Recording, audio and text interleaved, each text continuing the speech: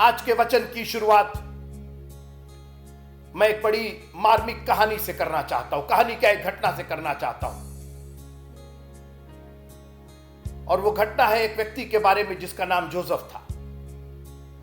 मैं बाइबल के जोसेफ की बात नहीं कर रहा हूं। एक व्यक्ति था जिसका नाम जोसेफ था। बहुत मैं डिटेल में नहीं जाना चाहता हूं। और इतना बड़ा एक दुख उसके ऊपर, उसकी शादी के ठीक एक दिन पहले, जवान आदमी, बड़े सपने, बड़ी तमन्नाएं, मगर शादी के ठीक एक दिन पहले उसकी होने वाली पत्नी डूब के मर गई। कहानी बहुत बड़ी हो सकती है, लेकिन इसको मैं सिर्फ एक बात में सम्मिलित करना चाहता हूं। उसने उसी दुख को अपनी आशीष बना लिया।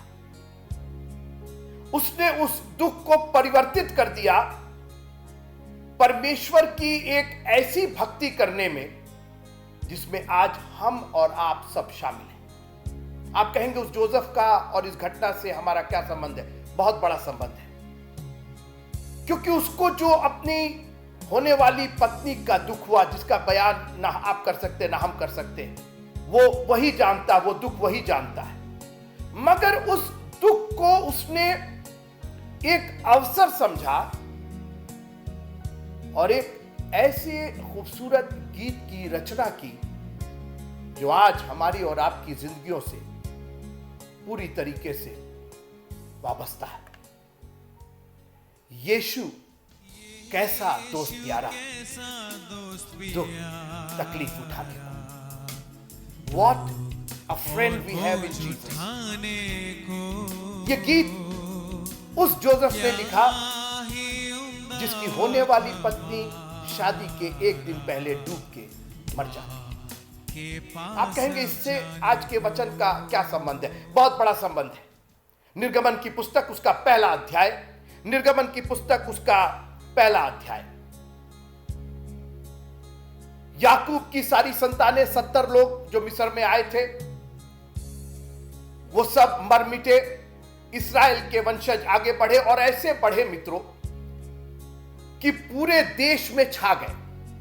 मुझे पूरा यकीन है कि आपने निर्गमन का पहला अध्याय जरूर पढ़ा होगा। मैं चाहता हूं मित्रों कि ये 20-25 मिनट का जो हमारा और आपका संबंध है, इसमें आप सब कुछ नहीं सीख सकेंगे, इसलिए मेहरबानी से अपनी प्राइवेट, अपनी पर्सनल स्टडी जरूर कीजिएगा।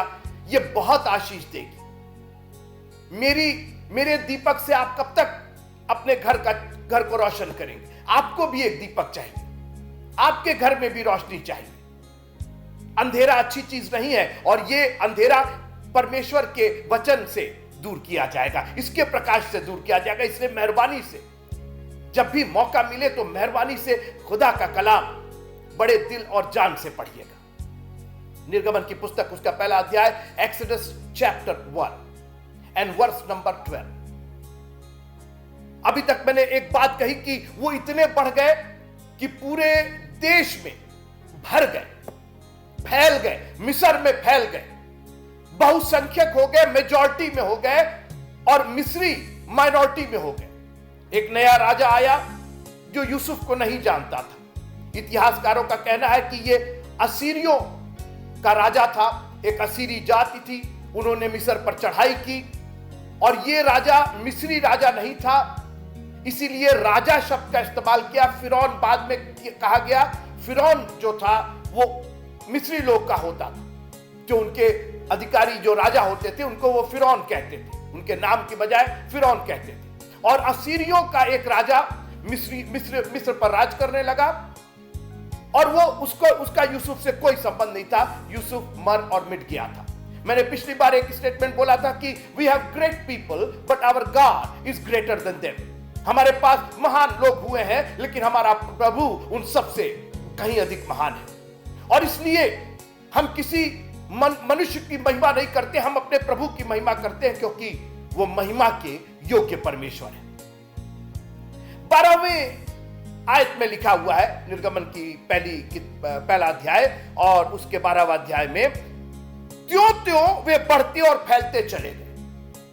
आप कहिएगा कि ये तो आपने अधूरा वाक्य पढ़ा, बहुत अच्छी बात।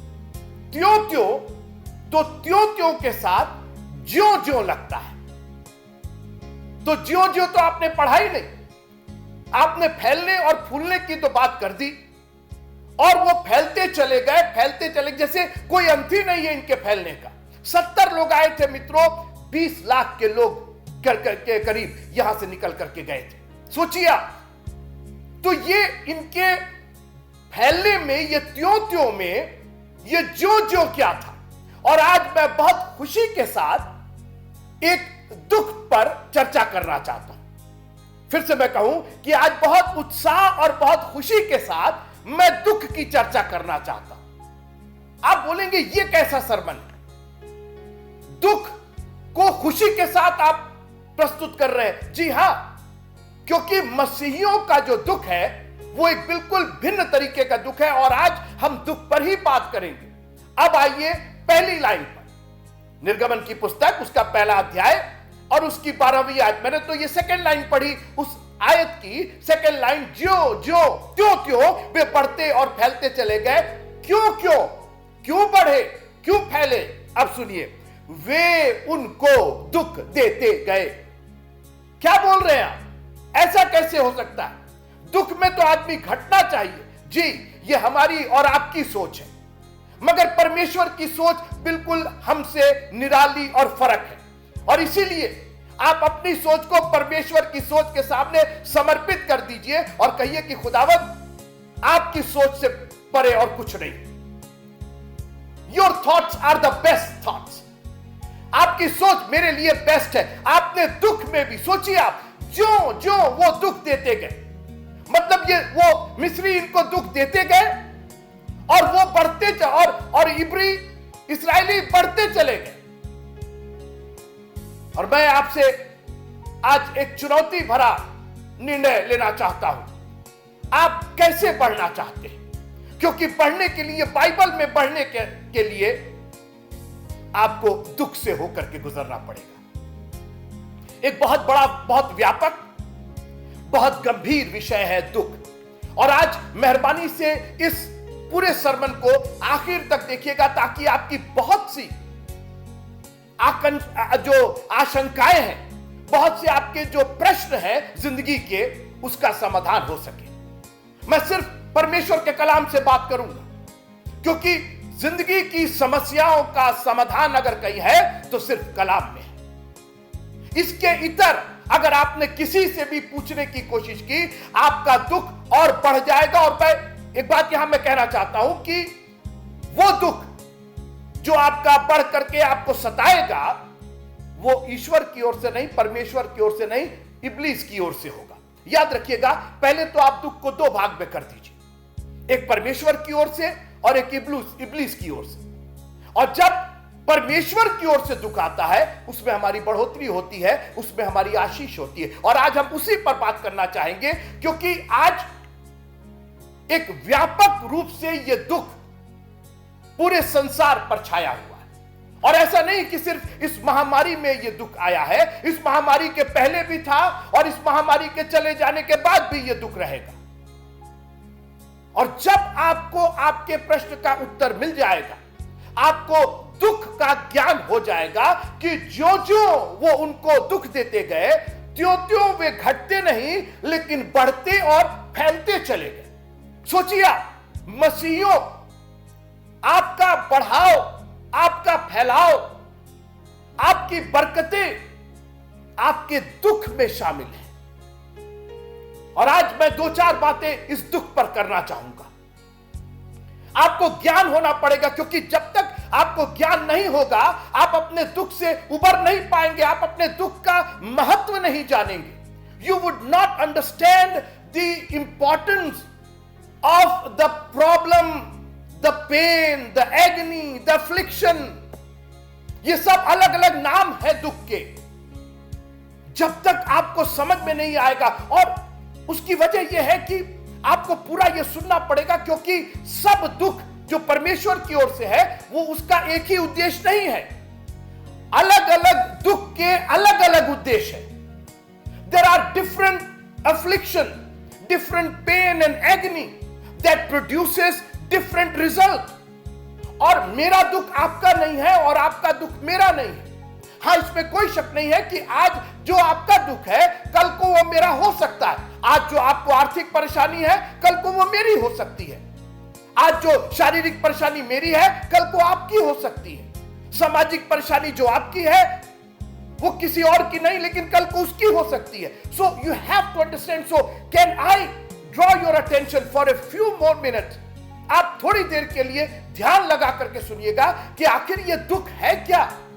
जैसा मैंने कहा कि शैतान का दुख और परमेश्वर के द्वारा दिया गया दुख, इन दोनों में अंतर है। आपको याद होगा कि इस दुख की चर्चा मैं निर्गमन 1 और 12 की चर्चा कर रहा हूं। इस दुख की चर्चा उत्पत्ति के 15वें अध्याय और उसकी 13वीं 14वीं आयत में परमेश्वर ने कह दिया था।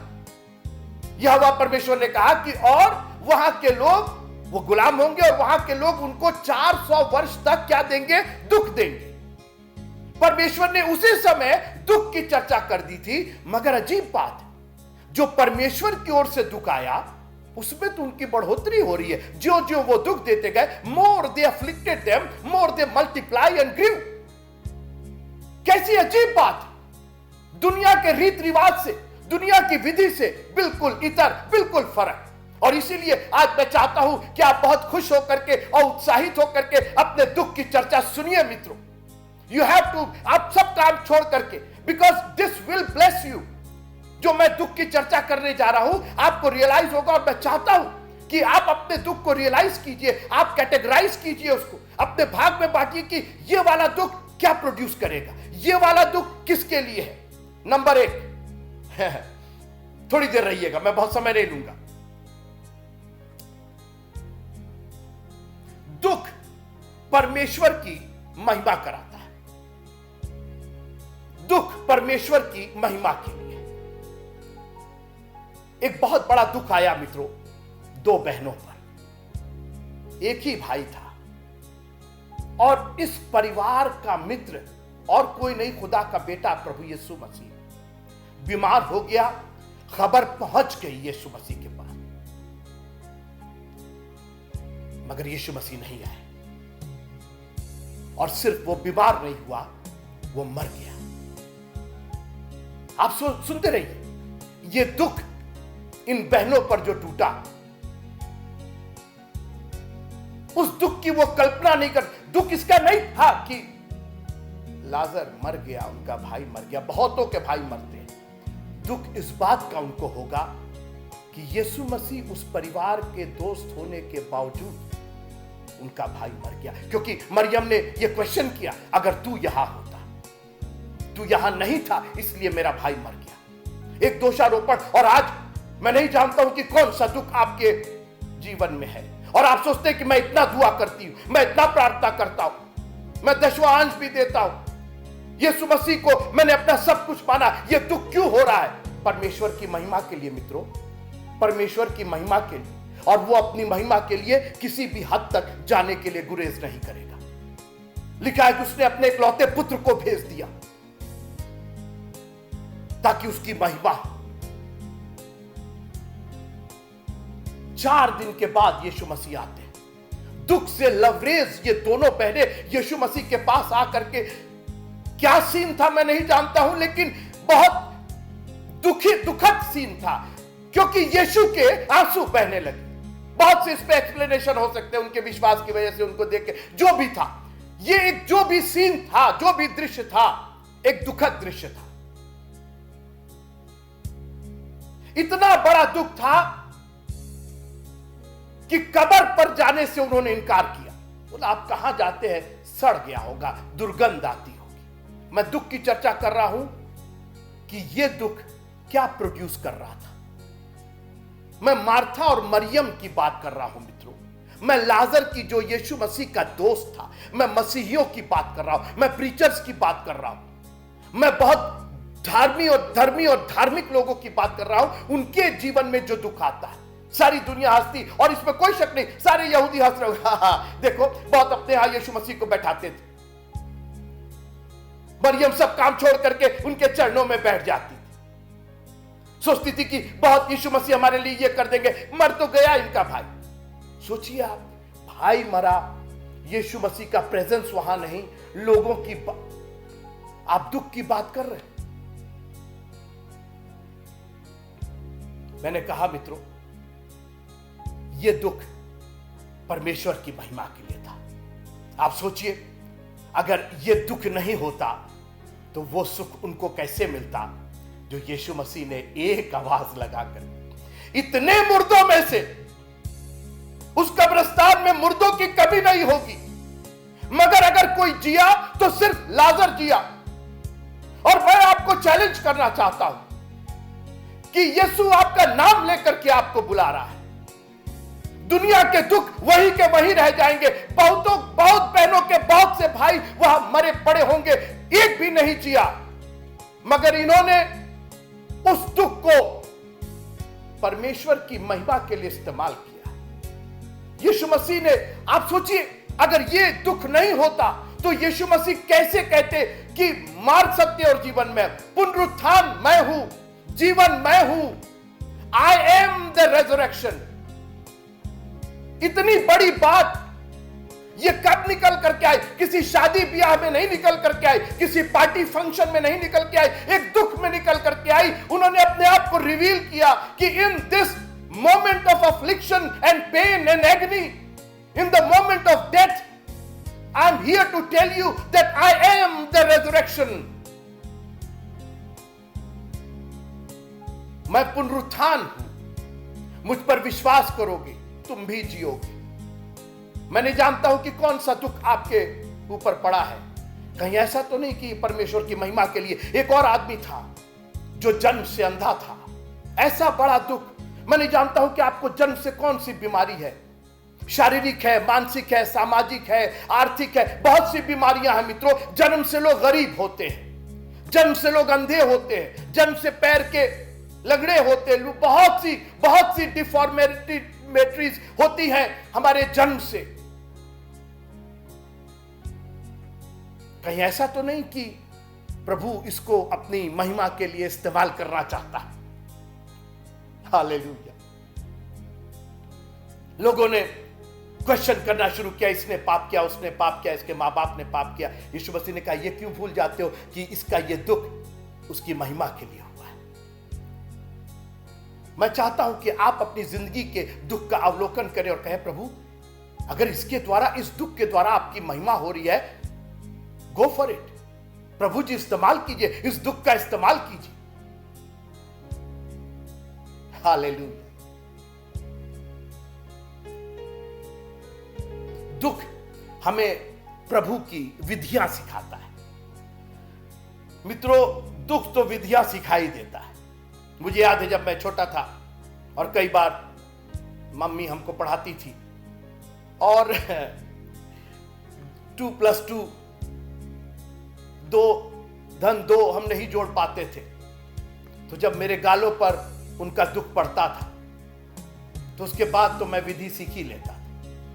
कई बार परमेश्वर भी हमें ताड़ना देता है कि हम उसकी विधियां सीख लें। भजन संहिता 119 और उसके 71वें पद में लिखा हुआ है, Psalm 119 and verse number 71, मुझे जो दुख हुआ, it is a very personal agony, personal pain. For what? मैं यही चाहता हूं कि आपको ज्ञान हो जाए कि आपका यह दुख क्या प्रोड्यूस कर रहा है, क्या उत्पन्न कर रहा है। क्या परमेश्वर की महिमा के लिए है, या परमेश्वर हमसे इतना प्यार करता है कि हमारी ताड़ना करके, हमको दुख दे करके अपनी विधि सिखाना चाहता है? क्योंकि बगैर उसकी विधि जाने मित्रों, उद्धार का मार्ग हमारे लिए दूर रहेगा।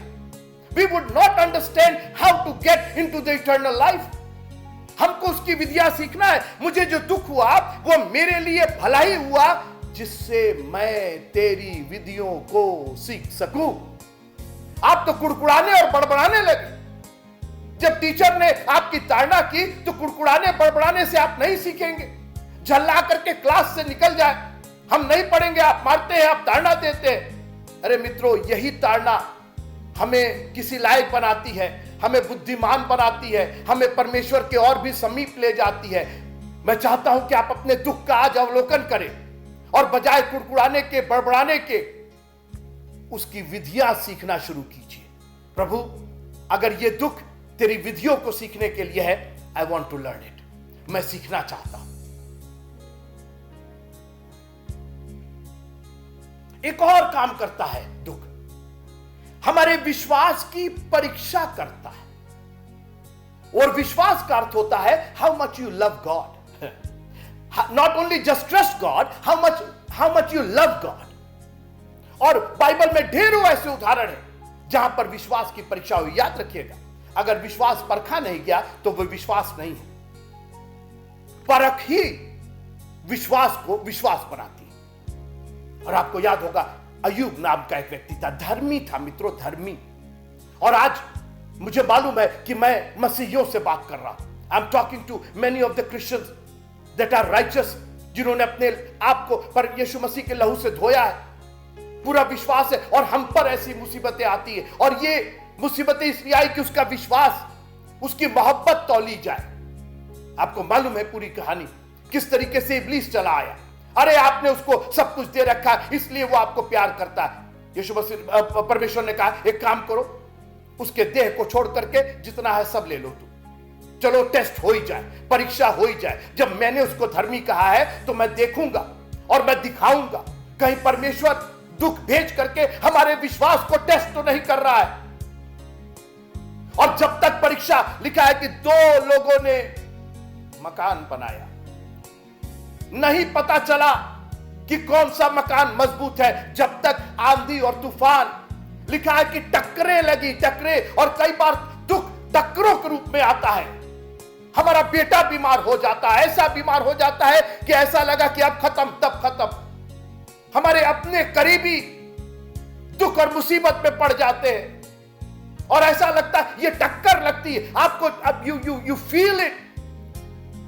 बहुत से, ठीक है, बहुत से दुख दूसरों के, दूर के होते हैं, अपने को दुख होता है, लेकिन sometimes it is so personal, इतना ज्यादा अपना होता है कि वो टक्कर जैसा होता है। और हुआ क्या मित्रों, चट्टान पर बना था जिसका, वो मजबूती के साथ बना रहा। मैं आपसे पूछना चाहता हूं, आपके दुख का टक्कर आपके मकान को धाराशाही कर रहा है या उसको और मजबूती के साथ खड़ा रख रहा है? ये दुख का जो पहाड़ आपके ऊपर टूटा है, इसके अंदर आपका विश्वास टेस्ट हो रहा है कि नहीं हो रहा? शद्रक, मेशक और अबेदनगो, ये नौजवान थे मित्रों। अभी तो इन्होंने दीन दुनिया नहीं देखी थी, मगर इन्होंने परमेश्वर की मोहब्बत देखी थी, उसकी सामर्थ देखी थी। और इतना बड़ा पहाड़ टूट गया इनके ऊपर, सारी दुनिया बरी हो गई। शद्रक, मेशक और अबेदनगो फंस गए, राजा के सामने लाए गए। एक आज्ञा निकली थी, ये भी बच जाते, जैसे हजारों लोग बच गए, ये भी बच जाते, मगर नहीं। आज इनकी परीक्षा हो रही थी, इनके विश्वास की परीक्षा हो रही थी। और मैं नहीं जानता हूं कि आपका विश्वास कब परखा जा रहा है, मगर उस विश्वास में मजबूत रहिएगा मित्रों, तो जिंदगी की वो आशीष मिलेगी आपको। ज्यों ज्यों वो उनको दुख देते गए, त्यों त्यों वो बढ़ते गए। और आज मैं आपको चुनौती देना चाहता हूं, ज्यों ज्यों आपके ऊपर दुख आ रहा है, त्यों त्यों आप बढ़ रहे हैं कि घट रहे हैं? आप कंप्लेन कर रहे हैं, आप शिकायतें कर रहे हैं, आप झुंझुला जा रहे हैं, आप चिड़चिड़ा जा रहे हैं। क्यों? इस दुख की परिभाषा समझिए। प्रभु के मानने वाले लोगों के ऊपर जो दुख आता है, उसकी एक परिभाषा है, उसका एक आउटकम है, देयर इज ए डेफिनेशन, उसका एक प्रोडक्शन है। उससे कुछ ना कुछ बेहतर बनेगा, कुछ ना कुछ बेहतर हासिल होगा। और वही मैं चाहता हूं कि आप अपने दुख को समझें। इस निर्गमन की पहली पुस्तक के 12वें अध्याय को आप हल्के में मत लीजिए। ये कोई किस्सा कहानी, ये इब्रानियों के लिए, ये इस्राएलियों के लिए, ये मिस्रियों के लिए नहीं, ये मेरे और आपके लिए लिखा गया है कि जो जो वो उनको दुख देते गए, त्यों त्यों वो बढ़ते चले गए। काश कि आज आप अपने लिए कह सके कि जितना मेरे पर दुख आया पाजी साहब, मैं और भी प्रभु में मजबूत बनता चला गया। जितनी आर्थिक तंगी आई, मैंने और देना शुरू कर दिया। जितना मुझ पर शारीरिक दुख हुआ, मैंने प्रभु को और स्तुति और प्रशंसा देना शुरू कर दिया। जो दुख मुझे हुआ, अच्छा ही हुआ कि मैं तेरी विधियों को सीख सकूं। और एक और दुख मैं बात करके आपसे विदा लेना चाहता हूं। बहुत सी परिभाषाएं हैं, लेकिन इन दुखों में अपने आप को शामिल कीजिएगा। हालेलुया। ये दुख हमारे जीवन में सामर्थ का काम करता है। ये दुख हमारे जीवन में सामर्थ का काम करता है। एक स्त्री थी, 12 वर्ष से वैद्यों का, डॉक्टरों का चक्कर लगा रही थी। जो कहानी आपको मालूम है। और लिखा है कि उसका सब कुछ खत्म हो गया था, मगर उसकी बीमारी दूर नहीं हुई थी, क्योंकि उसको चंगाई नहीं, उसको सामर्थ चाहिए थी। She needed an anointing and the power of God. आज हमारी और आपकी प्रॉब्लम है कि हम चंगाई के लिए दुआ कर रहे हैं, चंगा कर दीजिए, चंगा कर दीजिए, हम बीमार हैं। नहीं मित्रों, कई बार जो दुख आता है वो चंगाई के लिए नहीं, सामर्थ के लिए आता है। क्या बोल रहे हो? कैसी सामर्थ? क्या सामर्थ? ये सब कुछ लुट गया था इसका। लिखा है कि अपना सब कुछ वैद्यों पर उसने लुटा दिया था। अब सामर्थ सुनिए। उसने कहा कि अगर मैं उसके दामन को छू लूंगी, वो भी कहानी आप जानते हैं। उसने छुआ, लिखा वो उसी घड़ी चंगी हो गई। लेकिन यीशु मसीह का वर्जन सुनिए। यीशु ने रुक करके पूछा, किसी ने मुझे छुआ? अरे लोग आप पर गिरे। नहीं, मुझ में से चंगाई नहीं, सामर्थ निकली है। और मैं आपको चैलेंज करना चाहता हूं, कहां है इस दुख में परमेश्वर की सामर्थ आपके पास आ रही है कि नहीं आ रही है? सामर्थ की जगह कमजोरी तो नहीं आ रही है। आप कमजोर होते चले जा रहे, और भी कुड़कुड़ाने लग रहे, और भी बड़बड़ाने लग रहे, और भी कंप्लेन करने जा रहे, शिकायत करता बन गए हैं हम और आप। अरे इतने दिन से हम चंगे नहीं। चंगाई आपको चाहिए नहीं, आपको तो सामर्थ चाहिए, प्रभु की सामर्थ चाहिए, पवित्र आत्मा की सामर्थ चाहिए आपको। यीशु मसीह ने कहा कि यरूशलेम में ठहरे रहना जब तक तुमको चंगाई, एजुकेशन, तुम्हारा रिजल्ट ना निकल जाए, जब तक तुमको नौकरी ना मिल जाए। ये सब कहा। उसने कहा जब तक तुमको सामर्थ ना मिल जाए। आज हमारा दुख इसलिए इतना बड़ा दुख है कि हमारे पास सब कुछ है मगर सामर्थ नहीं है। We need the power of the Holy Spirit. प्रभु हम पर सामर्थ दीजिएगा।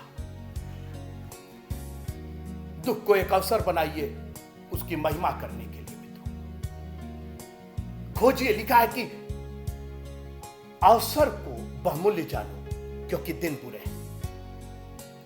दिन अच्छे नहीं है, लेकिन अवसर बहुमूल्य है। सोचिए आप, कितना कॉन्ट्रास्ट है इसमें, कितना विरोधाभास है। दिन बुरा है तो अवसर भी तो खराब होना चाहिए। नहीं, अवसर बहुमूल्य है, दिन तो फिर भी ठीक हो जाएंगे। कहीं ऐसा ना हो कि अवसर ही निकल जाए। अवसर को बहुमूल्य जानो, क्योंकि दिन बुरे हैं। जो जो वो उन्हें दुख देते गए, त्यों त्यों वे बढ़ते और फैलते चले गए। यह है मसीही दुख। मैं नहीं जानता हूं कि कौन सा दुख आपके ऊपर है, लेकिन एक बात यह तय है कि अगर प्रभु की ओर से वो दुख है तो उसका कोई ना कोई आउटकम होना चाहिए, कोई ना कोई भली बात निकलनी चाहिए। मैं एक और दुख की चर्चा करके खत्म करना चाहता हूं। हन्ना नाम की एक स्त्री थी। इतना बड़ा दुख था, जानते काहे का दुख था? घर में ही दुख था, घर में ही दुख था। उसकी जो काउंटर पार्ट थी, जो उसकी सौत थी, लिखा वो चिढ़ाती थी उसको। और मैं नहीं जानता, आज बहुत से घर की प्रॉब्लम ये चिढ़ाना है। बहुएं सास से परेशान, सास बहुओं से परेशान, हस्बैंड वाइफ से परेशान, वाइफ परेशान। ये जो चिढ़ाना है, बजाय उसने कहा कि मैं मुकदमा करूं, मैं कोर्ट में जाऊंगी, मैं कचहरी करूंगी, इन्होंने ये किया, बजाय मोहल्ले में जा करके अपने घर परिवार की, दुनिया की बातें करने के, वो सीधे उठी और मंदिर में चली गई। मैं आपसे पूछना चाहता हूं, क्या आपका दुख आपको प्रभु की ओर ढकेल रहा है कि नहीं ढकेल रहा? प्रभु की ओर समीप ले जा रहा है? कहीं ऐसा तो नहीं कि प्रभु आपको अपने पास बुलाना चाहता है और आप और किसी तरीके से नहीं सुन रहे हैं, तो उसने आपके ऊपर एक दुख भेजा ताकि आप और उसकी नजदीकी में आ जाए, आप उसकी विधियां सीख सके, आपके जीवन के द्वारा उसकी महिमा हो, आपका विश्वास परखाई ना जाए और मजबूत हो जाए, आपकी मोहब्बत और बढ़ जाए उस प्रभु के प्रति। मैं नहीं जानता हूं कि आप कहां दुख पा रहे हैं, लेकिन मुझे एक चीज मालूम है कि उसकी सामर्थ, उसका फैलाव, उसका उद्धार आज भी हमारे और आपके लिए मौजूद है। जो जो वो उनको दुख देते गए, त्यों त्यों वे बढ़ते और फैलते गए। प्रभु आप सबको बहुत आशीष दे।